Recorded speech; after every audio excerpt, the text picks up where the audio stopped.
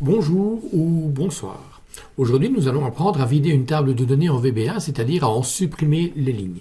Nous allons voir que ce n'est pas forcément intuitif, même si ce n'est pas très compliqué, parce qu'il n'y a pas de méthode en VBA qui permette de vider d'un seul coup une table de données, et cette méthode n'existe d'ailleurs pas dans Excel. Si je viens ici dans ma table Excel et que je clique sur création de tableau, je n'ai à aucun moment un bouton qui me permet de vider toute ma table, et si je viens ici par clic droit dans ma table, je n'ai pas non plus de possibilité de le faire. Il va falloir, pour réaliser l'opération, que je sélectionne tout mon tableau, je me mets dans mon tableau, je fais un CTRL A, et puis par clic droit, je vais venir supprimer les lignes du tableau.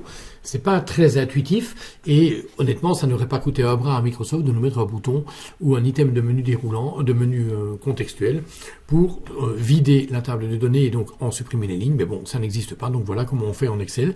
On va voir maintenant comment on fait en VBA. Et au-delà de voir comment on va le faire en VBA, on va voir une technique de généralisation de code qui va vous apprendre à aller très rapidement dans le développement d'applications lorsque vous aurez créé des briques logicielles et qu'il vous suffira de les assembler entre elles et de jouer avec. Si vous voulez apprendre à supprimer les lignes d'une table de données en VBA, c'est que vous connaissez le VBA, donc vous savez rentrer dans l'univers de VBA, vous savez créer un module, vous savez créer une procédure. J'ai mis ici les deux écrans l'un à côté de l'autre pour qu'on voit bien les effets du code sur l'aspect Excel, sur le côté Excel de notre application.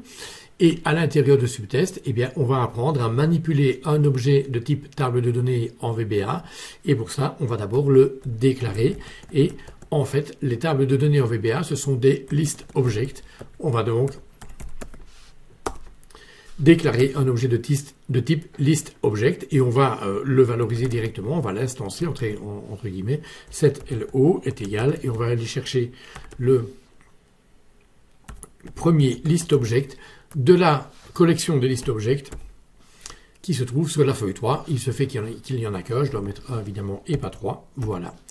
Et maintenant mon LO est bien l'objet qui pointe vers la table de données qu'on voit ici à droite, qui est lui sur la feuille 3. Et on va essayer de supprimer maintenant rapidement ces lignes de données. Alors pour ça, il y a plusieurs solutions. On pourrait être tenté de faire lo.delete, mais ça supprime complètement l'objet. C'est-à-dire qu'il n'y a plus de tableau du tout. Il n'y a plus les lignes d'en-tête, le tableau est tout simplement supprimé. Pour vider le corps du tableau, c'est-à-dire la plage de données, on va utiliser la propriété data_body_range de notre list object, data_body_range qui veut dire la plage du corps des données de notre tableau. Et là, on va effectivement pouvoir réaliser un delete sur cette plage-là. Je rappelle la notation pointée ici. Quand on est sur un objet, un point nous donne toutes les possibilités de méthode avec le petit carré vert et de propriété avec cette icône-là. Et ici, je peux choisir la méthode delete. Et cette méthode delete va supprimer la plage de données de notre table de données.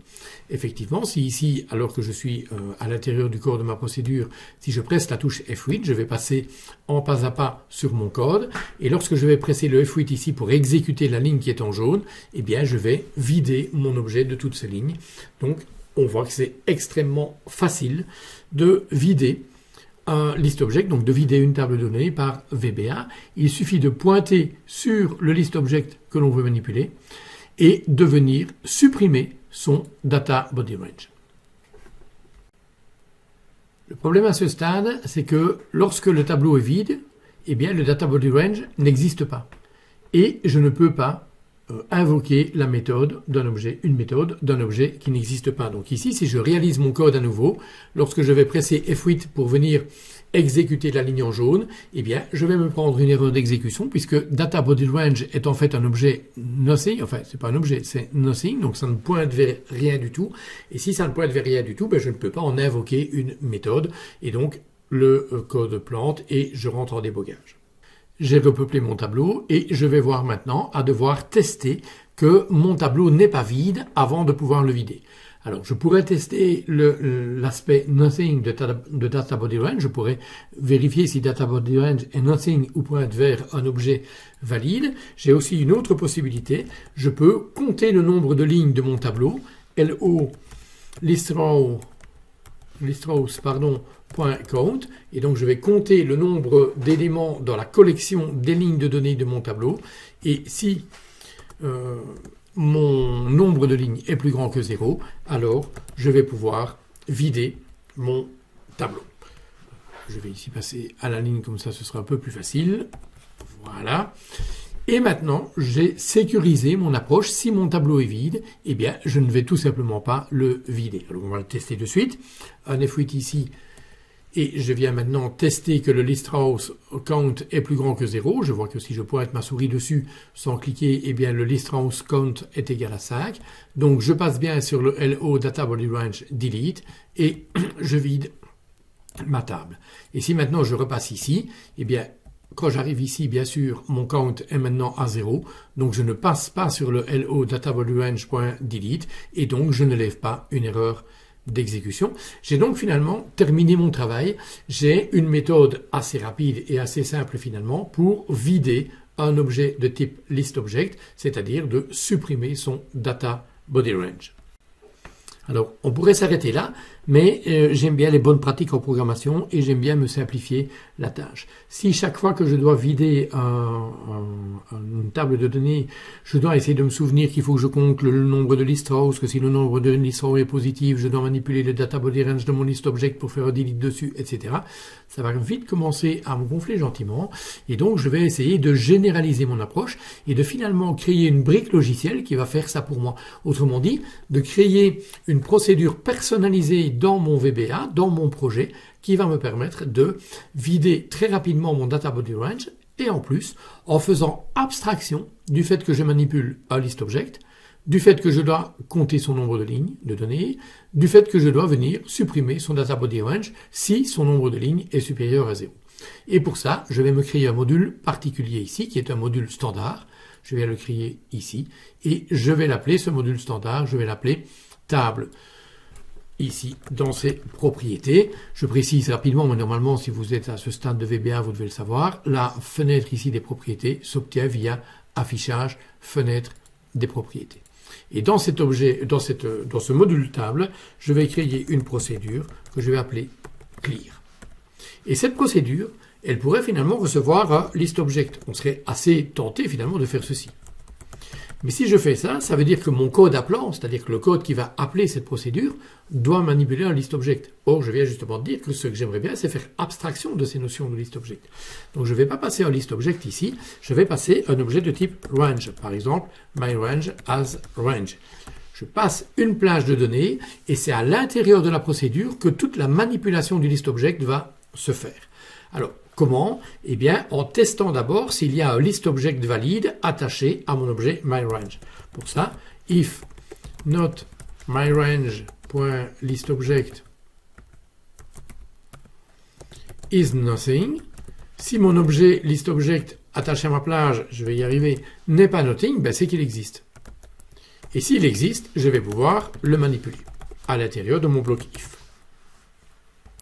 À l'intérieur de mon bloc if maintenant, ben je vais tester, je vais reprendre le code qui était ici et je vais tester le list_rows count. Si le list_rows count est plus grand que 0, je vais deleter mon objet data body range. Donc if myRange listObject list_row, ah oui, là on est en train de faire de la notation pointée, hein, myRange.listObject.list_rows .count plus grand que 0, then je passe à la ligne et je vais dire alors que myRange listObject data body range peut être deleté. Donc voilà un petit code de quelques lignes. Hein. On n'a pas gagné des masses de code, mais on a fait un petit code générique qui va maintenant me permettre dans mon code appelant d'être manipulé par le code appelant pour finalement vider une plage de données sans devoir manipuler de listObject au niveau du code appelant. Et donc maintenant, dans ma procédure test, je vais invoquer la méthode clear de mon module table. Donc table.clear, vous voyez que la notation pointée me suit. Et derrière le clear, on attend une plage de données. Mon tableau s'appelle t_coup. Et donc, je vais lui passer la plage t_coup. Et on voit ici que du côté de mon code appelant, ici, eh bien, je ne manipule pas de list object, je ne me tracasse pas de savoir si je dois compter les list rows, si je dois manipuler le data body range, si je dois faire un delete dessus, etc. Je passe simplement la plage de données à la méthode clear de mon module table et on va voir ce qui se passe. Je me mets ici, je fais un if-with, je vais exécuter cette ligne de code, ça va me faire rentrer dans la procédure clear de mon module table qui reçoit bien le myRange. Est-ce que mon list object est nothing? Ben non, puisqu'il s'appelle t_q. Est-ce que mon list rows count est plus grand que 0? Oui, il contient bien 5 lignes. Donc je vais venir vider maintenant ma table de mes données en supprimant mon data body range. Et puis je vais ressortir de ma procédure générique et je reviens dans mon code appelant. Et j'ai donc terminé mon opération. Et si je viens maintenant relancer ceci, eh bien on va voir que maintenant mon objet list object est vide. Il est bien avec le list count à 0, donc je n'essaye pas d'en supprimer la plage de données. Et on va aller jusqu'au bout du test. Si je me mettais ici hors d'une table de données, eh bien ici je vais alors dire par exemple que je vais supprimer le C, je suis sur C10 ou quelque chose comme ça, on va dire qu'on est comme ça en tout cas, eh bien je vais faire un if-with, je vais rentrer ici dedans, et ici mon list object est bien égal à nothing. Donc je ne rentre pas du tout dans le bloc if et donc j'ai une procédure qui est finalement sécurisée et qui me permet, en faisant abstraction de toute la manipulation de mon list object ici, de vider très rapidement ma table de données de l'entièreté de ces lignes. Voilà, j'espère que cette petite procédure vous intéresse. J'espère surtout que cette modélisation et que cette construction de code que l'on fait ici en passant par des modules génériques vous intéressera et que ça va vous permettre vraiment de gagner énormément de temps et d'efficacité dans votre code. Je l'ai fait ici en procédural, c'est-à-dire avec un module standard qui utilise des procédures.